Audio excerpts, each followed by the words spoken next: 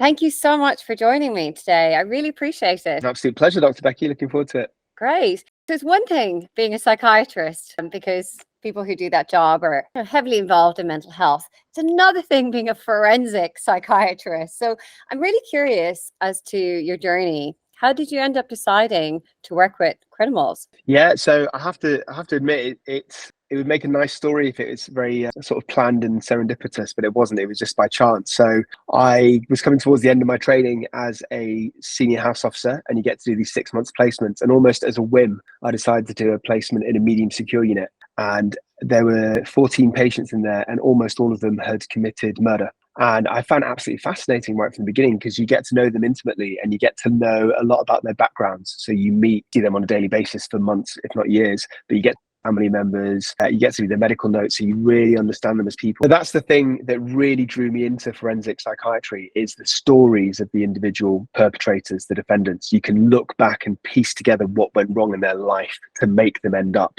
in a secure psychiatric unit. To the nature-nurture question. So in your opinion, what do you think of the nature-nurture causes of someone who goes on to be a murderer? Do you think it's all nurture? No, is the short answer. I think that most scientists, people, psychiatrists, psychologists, myself included, would agree that it's a bit of both, right? But having said that, I think personally what's far more interesting and far more important from my perspective is nurture, because that is the thing that we can study and that's what we can change, right? So to be specific, the defendants that I see, for example, in the secure units, they usually have a history of being the victims of abuse, whether that's physical, sexual, emotional. They have neglectful or sometimes even very, very strict parents. They often grow up in areas of criminality, gangs. They grow up in poverty. Drug and alcohol use is a huge, huge factor. So those are the things that I can tangibly see, kind of calculate and help remove, for want of a better word, when you're rehabilitating somebody in the long term. Nature, I'm sure, absolutely plays a part, but it's, as you'll know, as a psychologist, it's a much more persistent stain. It takes a lot of lifelong therapy to actually change somebody's intrinsic personality traits. Have you ever met someone and there was just no clues in their background whatsoever as to how they became a psychopath? Became an actual psychopath. So in most circumstances, we get to know their backgrounds quite intimately, in that everything I was talking about before, we have them in these secure units for months, if not years. We get to meet their family members and we get all their medical notes. Having said that, you do get some people who you know very little about their background. And I don't know this for a fact, I can't prove it, but I'm fairly convinced that they've got some kind of issues and traumas in the background, but they don't tell us, because from their perspective, we're just these intrusive mental health care staff that keep asking them questions, so they won't reveal their background. So it's not that it's not there, it's just that we haven't found it. When you meet someone, obviously there's these terms that are used in everyday language, such as sociopath and psychopath, and then we just have people who are highly manipulative. What would you say personally is the difference between those three? Yeah, so I think there's a big overlap. So everybody who is a sociopath or a psychopath has to be highly manipulative, almost by definition. But that's not enough. You have to have so many other different factors. So being manipulative plus being charming, that's a huge part of it. So a true, decent psychopath is very good at bringing people into making them feel special and then extracting what they want from them. And as well as being charming, they obviously have to lack empathy, because some people will have those character traits, but they will also know where to draw the line. Whereas a true psychopath never really cares about or loves or has true empathy for other people. They might get married, they might have relationships, they might have children, they might have friends, but when push comes to shove, they will switch and manipulate and exploit those people. I suppose there are other more subtler parts of what a psychopath really is, like being very parasitic, like lacking fear, like not learning from the consequences of their behavior, so they don't really change their behavior even after they're caught. So I think you need all of those factors to be a true psychopath. Now, in terms of the difference between a psychopath and sociopath, I suppose a psychopath or psychopathy, as you'll know, is a formal clinical term, right? So it's got a definition. So if you asked 50 psychiatrists or psychologists, they would give you roughly the same answer. Whereas a sociopath is a bit of an informal social term. So lots of different people would give you different answers. But from my understanding, a sociopath, they're not quite as highly strong as a psychopath, so they have a bit of empathy, and also they're not quite as subtle, so they tend to live on the fringes of society. So these are your, for example, thugs or drug dealers, people that are a bit more obvious, a bit less adept at hiding it, and also they're a lot more reactive. So a true psychopath if you pee them off, if you irritate them, if you anger them, they will not necessarily show it straight away, but they will kind of calculate in a very cold-mannered way what their revenge is going to be. Whereas a sociopath doesn't have that impulse control, so they will act out in the heat of the moment. Can you be a psychopath and not be very intelligent? I think if you're an effective psychopath, you have to be socially intelligent, but you could still be academically quite poor. And it's not that unusual because, as we were talking about, a lot of psychopaths have really difficult childhoods. So sometimes, even though they're naturally sort of street smart and intelligent, they've not had formal education, so they might not come across as intelligent in terms of verbal skills, etc. But to be a good manipulator, they have to be good at reading a room, spotting who the weak, vulnerable person or prey is, say in a psychiatric ward or in a prison, for example, or even out in the community, and then know exactly how to push those buttons and draw that person in. So that is a form of intelligence, I would argue. Do you think that comes from survival and difficult situations in early life where they needed that skill, or you think that there's a genetic component to that? I think it's a bit of both. So another way of saying that is there's a lot of people, probably more people that I've met in my line of work who have very difficult childhood circumstances and have had to survive in one way or another, whether that's physically having to go out and get for themselves as children, having to get food, or whether it's kind of emotionally never being nurtured. There's a lot of those people, but only a small proportion of them actually end up being psychopaths. So to me, that suggests that it's not just, it's nature versus nurture, as we were talking about before. There's something about their coldness and their callousness and their intrinsic lack of empathy that has to be there before they develop into a full psychopath, I think. Can you rehabilitate a psychopath? That's the ultimate question.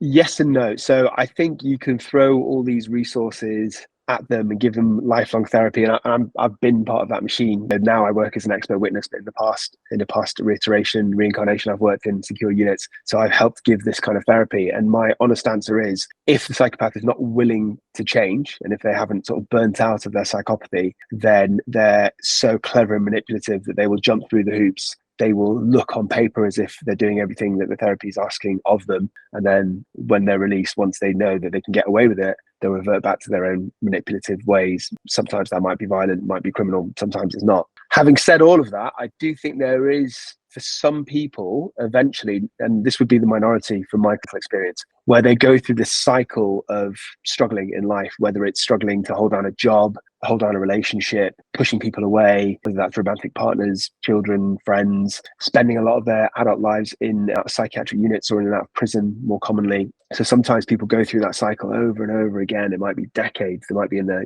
40s, actually probably more likely in their 50s or even 60s. And then at some point they realize, even though I don't think there's something wrong with me personally, I don't have this internal insight. Clearly, me and the world are not meshing, so something that needs to change. But because they've tried everything else repeatedly, they're clever enough to know that they need to change some of their behavior. If you have somebody in that situation, which, as I said, is actually a minority, then with therapy, I think they can be cured. Have you seen a psychopath change? Yes, but at the risk of sounding really, really cynical, I'm also aware that it's really hard to know if they actually have changed internally or not, because they're so jumping through the hoops and pretending they've changed. So the answer to my question is yes, I have, but I'm not 100% convinced that it's a long-term change, simply because I've not been doing this long enough to see anybody who's seemingly changed for years. I've seen people change for maybe 2 or 3 years. I've never seen anybody change yet for like 10 or 15 years. So that's a tentative, skeptical yes. How do you feel when you're around psychopaths? I think I probably feel like what most people feel, which is actually quite charmed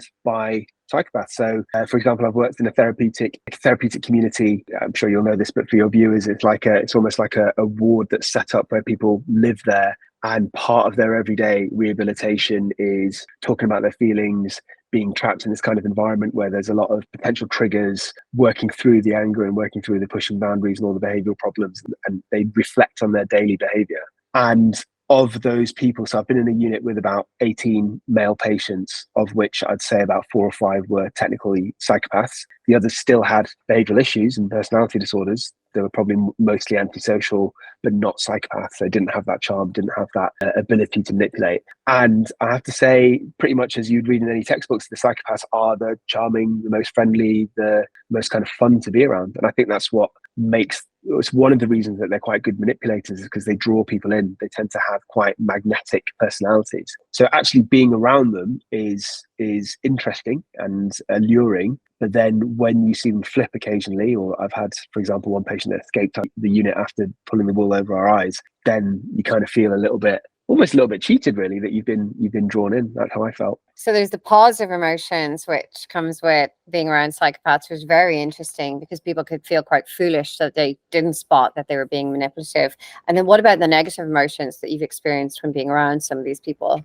I suppose it's kind of connected to being like emotionally manipulated. So again, looking back in the time that I spent in this therapeutic community, you do have professional and personal kind of relationships. They're not friendships, but they're still the ways that you relate to individuals, patients on the ward. And I suppose the difference in a normal person and a psychopath is that a normal person cares about the relationship that's been built, whereas a psychopath will switch on you, will turn on you, or drop you at the drop of a hat. So to answer your question, I can think of a couple of occasions where I thought I've got on well with, and again, I have to be very careful with my boundaries. I'm not talking about becoming friends or spending time with them outside of the ward, but just as part of the person that gives them the therapy and is speaking to them on a daily basis. I feel like I've connected with a couple of people that have a diagnosis of psychopathy, and then when they don't need me anymore for whatever reason, or when I fed back something which I had to in my professional role that they're not happy with, then they will literally pretend that they've never spoken to me the next day. Like they will sever a relationship like it was nothing. So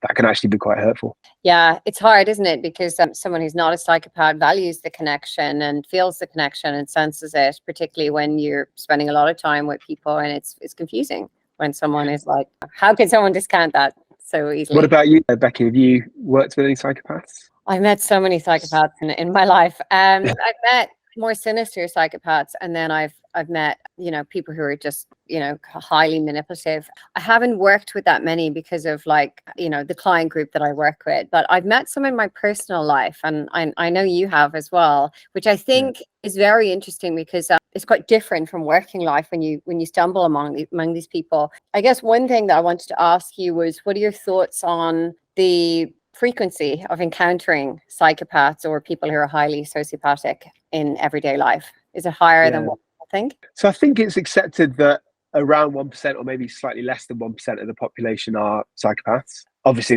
that's much higher in psychiatry units where I work and in prisons, obviously, but it's also overrepresented in some fields of medicine. So there are more surgeon psychopaths. They're very highly represented in the media, and it kind of makes sense because if having that equanimity, being able to be completely calm under pressure and not being sort of affected by emotions makes you a good surgeon. And in the media world, I don't think it makes you a better presenter or producer or whatever, but it means that you can probably progress up a very competitive field by stabbing other people in the back, or not even as directly as that, just to put this, so not carrying your weight or not helping other people that have helped you on your way up. So I've definitely seen that in the world of media. I do documentaries and sound bites and things like that, and podcasts, etc. So, and I suppose the other thing is that you don't really know if you've met a psychopath, at least initially, because they are friendly and charming, at least for the first several meetings, and it's only when they need something back from you, it's only when when they can take something from you and they don't need you anymore, that their behavior might change, or they might blank you. So my point being is that it's very feasible that myself, or even yourself, or anybody has met one particular psychopath 3 or 4 times, but you don't realize they're a psychopath because it's not got to that point where they've needed to be a psychopath, or because your relationship hasn't gotten any closer because they don't need anything from you. Yeah, I think that's a really good point, particularly because of their charisma and charm. I know me personally, I feel very anxious around psychopaths. My body just picks up on something that I'm not picking up on a conscious level, but my body is telling me that I'm in danger, even though someone might be being very charming and they're not actually in that moment trying to do anything manipulative. It's almost like I'm able to sense that that's what's on their mind, which I'm kind of curious about your thoughts on that. The fact that actually we do have this sense that we can pick up on that, I guess, is designed to try and keep us safe. Yeah, I have to say, slightly ironically, considering my job role, I don't think I'm very good at doing that. I don't think I've got that sense. Okay, interesting. So without putting you on the spot, are you able to give us some sort of idea of psychopathic behavior that you've encountered? Yeah, so very controlling, but it starts off very subtle. So there's the high charisma, and then there's the testing, seeing what they can get away with, and being very confident to try and control situations. And then I think someone is really tested in relation to their self-esteem and their ability to say no, because the tests are going to be quite inappropriate tests. They're going to be like, saying things that might make someone feel uncomfortable, or doing something or trying to do something that would make someone feel uncomfortable. And the psychopaths that I've encountered have all been male. So as a female, there's definitely been behaviors that made me feel comfortable where I've been really challenged, and all of these experiences was where I was a lot younger, so I had to be able to say no in the situation, and say no to inappropriate behavior. And I think that's where psychopaths are very good at seeing who their targets are going to be, because it's actually the people who can't stick up for themselves and can't say no to certain behavior are the ones that they can start to actually have, almost like a puppet on strings, and they start to realize who they can kind of take control over, and who it's not going to be so easy with. Yeah, so it's grooming is basically what you're talking about, isn't it? It's got pushing boundaries very slightly over time, but it's done so subtly in tiny increments that the victim, the target, doesn't actually really understand what's going on until it's quite far in. Yeah, and I think that's where people's body can react, and the anxiety can come up even when someone can't comprehend what's going wrong in a situation. I think emotionally they can start to kind of have a sense that actually they're in danger, perhaps. And so if you have a psychopath at the top, what do you think happens? It impacts it really badly. So loads of people were kind of unhappy in general about the way things were done, about the way that they were kind of put under pressure to do things that they thought were not really legitimate, but also lived in fear of him. So there'd be a lot of whispering behind closed doors. It did actually escalate us to higher up to the board members, and they all supported this particular boss. And basically, one by one, everybody lost their jobs after that. So I think it goes one of two ways: either you get rid of the psychopath, or the psychopath, being as manipulative and intelligent as they are, gets to stay in power and just changes and keeps cycling through members of staff. What did you, first of all, how long did it take you to realize that he was a psychopath, or was it only retrospectively that you started to look back on it? I noticed that there was an odd atmosphere from day one. I noticed that people were in fear of him. It probably took a while, probably took about sort of maybe three months in, and I left at 6 months before everything, like literally weeks before it all got escalated. I could sense what was going to happen, so I kind of jumped ship. But I think the manipulative, so he didn't start, even though he was doing it to other people, he didn't start asking me until about 3 or 4 months in. He was so brazen about what he was asking people to do that it wasn't hidden. It wasn't hard to understand what was going on. It was just being kind of shell shocked with being asked to do these things. So I don't think the behavior was hidden or subtle in any way. What do you think the difference is between psychopaths like that are found in everyday life, they're not in prison, and then the people that you've met where you've been working with them in a prison environment? I think it's purely to do with behavior that serves a purpose for them. So if you've managed to get into a organization, or if you say work in the media, or if you're trying to think of an example, if you're like a CEO of a company and you don't need to use any physical violence and you can use other tactics, maybe intimidation, maybe what my ex-boss was doing, which is just straight up fraudulent, incorrect behavior, then there's no need for you to use violence. Whereas if you grew up in an environment where violence helps your cause, whether it's to give you status, whether you go up the hierarchy of the gang or the thugs that you associate with, your peers, or whether it's simpler than that, if you just live in, say, a prime middle neighborhood and you're going to be the alpha male, and it usually is males when it comes to violence, by doing this, then you're intelligent enough to know what to do to get to the top of that tree. So to answer your question, I don't think it's anything to do with their internal ethics. I think it's just whether violence helps them or not. Do we need psychopaths in this world? I will answer that question by saying we need people with some psychopathic traits in this world. So we need people that can be really calm under pressure and not emotionally kind of affected. So jumped into my head is like someone like James Bond. Like you need your James Bond or your spies or your surgeons, I guess, your military generals to be able to make really difficult decisions where they're not emotionally bogged down by people potentially losing their lives, for example. So you need that aspect. Whether you need everything else, whether you need something that's actually manipulative and is a bit of a parasite, I would argue not. So that's my answer. You need some traits, but not the full psychopath. You need to take out the best bits and leave behind the worst bits. What about pain and their ability to ignore pain and ignore future consequences? Yeah, so psychopaths, the psychopaths I've seen have been more, I mean, I'm sure they probably do have a high pain tolerance threshold, but they've been more, or what stood out more to me is their ability to lack fear. So they just are calm under any kind of circumstance. If something goes bad on the outside, so just a bit like prison, I guess. If you have a prison population and there's external factors, things that are not going well, in the locked psychiatric wards that I've worked in, lots of the patients become quite agitated. They can become destabilized. Sometimes they can become psychotic or mentally ill. Whereas a psychopath, you do not know that anything's happened outside. In fact, if anything, they're probably not going to want to tell you because they don't want people getting in their business. But we know because we're in contact with their family members. So they're the ones that it's very hard to see any kind of emotional change. And there probably is an emotional change. It's probably dampened compared to the normal, typical person. But something must be going on behind this facade, but they're just so good at holding it in.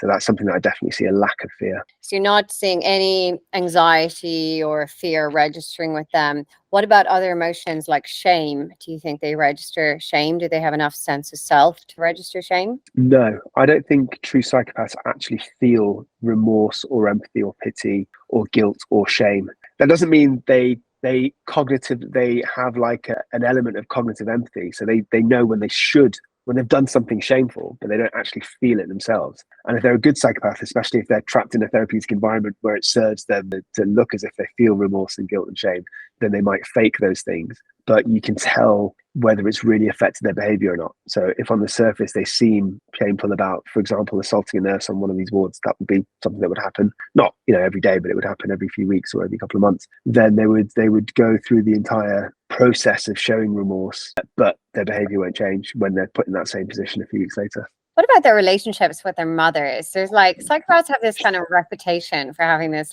funny, kind of weird, sinister relationship with their mothers. Do they love their mothers? And I'm trying to think, do they love their mothers? I think from the ones that I can think of, the ones that I've worked with clinically, they tend to have quite distant relationships with most of their family members. And I'm talking about both physical or emotional distance. So a couple of them I can think of off the top of my head were grown up in the care system. So they were abandoned during their formative years. And so it's not difficult to see how that, as well as internal character traits, can lead them to become psychopaths. And some of them have grown up with parents, some of them with single mothers, but there's not that much warmth towards them. So I think that might be a misconception that they have these odd or close relationships with their mother. I think more often than not, they just it's not just specifically their mothers, they just don't have any kind of very close connection. I'm talking about emotionally close. They might have spent time with, they might have grown up with their parents, but they're the kind of people that, if their parents, for example, fall ill, they don't actually seem that emotionally affected by it at all.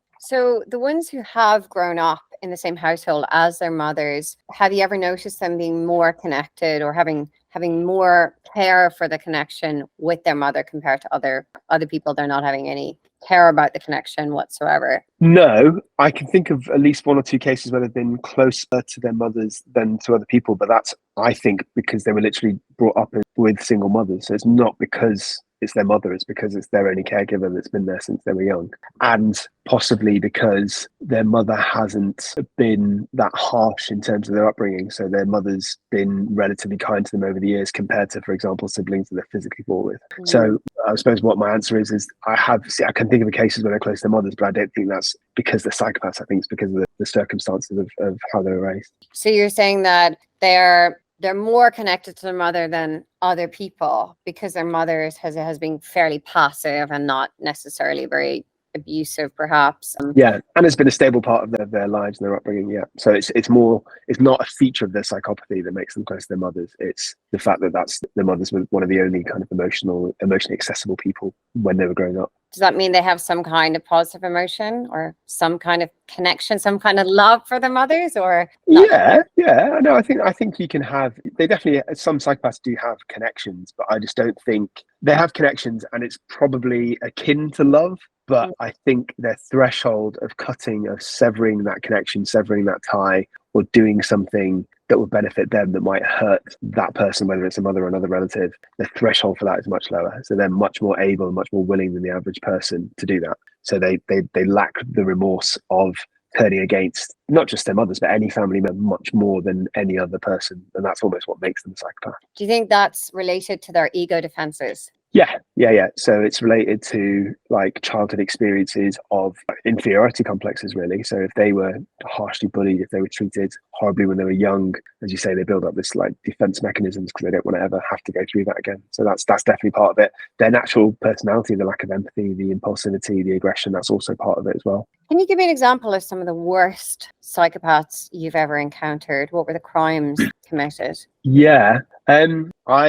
The ones that I've seen, it wasn't that it wasn't so much that the crime itself was abhorrent compared to other defendants. It is, you know, the usual kind of thing, you know, assault, stabbings. I can think of one case where a man felt slighted and he felt insulted by a security guard that he worked with, and he tied this person up and kind of tortured him overnight in a chair for very little reason. And it was like the victim's perspective, they were just having banter, but he internalized an insult. So it's not necessarily the nature of what they did, it's the fact that they can do it in such a callous and cold-hearted way. But actually, I think that psychopaths are more likely, because of their manipulative nature, they're more likely to commit fraud. So when I think of people who strike me as being psychopaths, it might be people like Billy McFarlane, you know, the guy that arranged the Fire Festival, you know, with Ja Rule. I don't know if you heard about that, or the inventing Anna Sorokin, is that how you say it? So people who look really legitimate on the surface, who carry out this huge amount of fraud, ruin so many people's lives, and just don't care. They just continue until they're caught.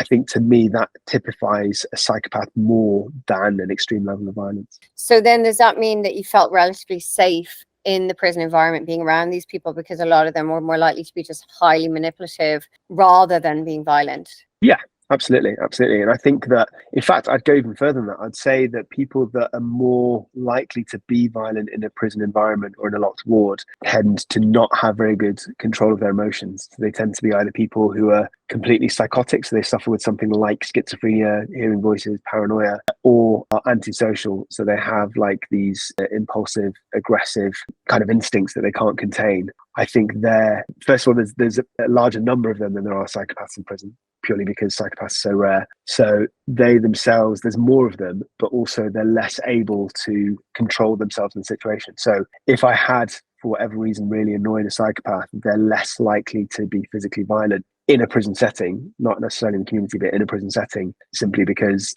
they're controlled enough to know that it's not going to help their case if they've got a parole board hearing, or if they're trying to complete therapy so they can use it to leave prison earlier, then they know what they should and shouldn't do. So you're telling me that psychopaths are not very impulsive. So if you anger them, they're not likely to actually attack you, particularly in a prison setting. So it's a slight kind of anomaly in that they're not impulsive, but they have poor behavioral control. So what I mean by that is, generally speaking, obviously there's exceptions, but generally speaking, they're able to control themselves there and then, but they still do things that are damaging in the long term. So I'll try and be specific. So say if I say not me, say a member of staff, say a prison officer really angered a psychopath for some reason. Say he made fun of him, or he told him he couldn't have something like a privilege, like a phone call or something. So an antisocial person might kick off there and then, and they would get really angry, and they would shout and they would scream, and they might even attack the member of staff, and they might have to get taken to the segregation, and they'll get their privileges taken away. Would they have their prison sentence lengthened? Probably not, because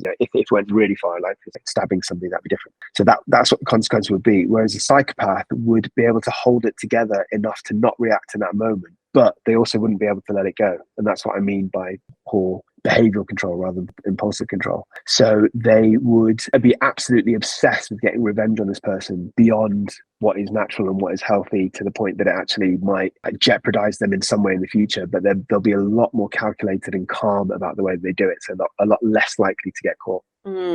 So say, for example, a psychopath who sees an opportunity to rape a woman is not going to really do it so impulsively. It's going to be more of a planning over time, and then they would actively go out to seek. Absolutely. Yeah, that's a very good example. Yeah. So they still do it. They've still got the behavioral problems and the lack of empathy and the boundaries and all of that stuff, and the inherent criminality, but they're just a lot more calculated in how they do it. Yeah. Is there anything more that you'd like to share with us about psychopaths? Your knowledge is phenomenal.